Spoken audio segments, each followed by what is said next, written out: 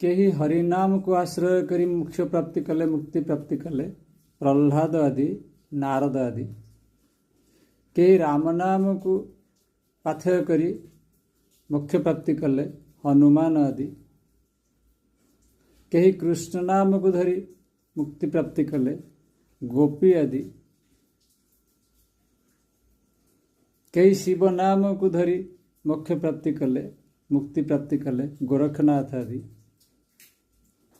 केही ओंकार को पाथेय करी मुक्ति प्राप्ति कले मुनि ऋषिगण उपनिषदीय मुनि ऋषिगण। केही गुरु नाम धरी मोक्ष व मुक्ति प्राप्ति कले कबीरदास जी नानक जी।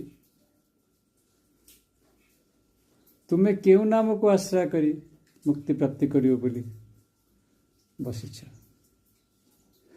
यह केउ नाम गुरुत्वपूर्ण नहीं, नामर महिमा होची गुरुत्वपूर्ण, नामर महत्व गुरुत्वपूर्ण। नाम महिमा को बुझ, जो नाम धरले भी मुक्ति प्राप्ति करियो, एथिरे तीरे मात्र संदेह नहीं।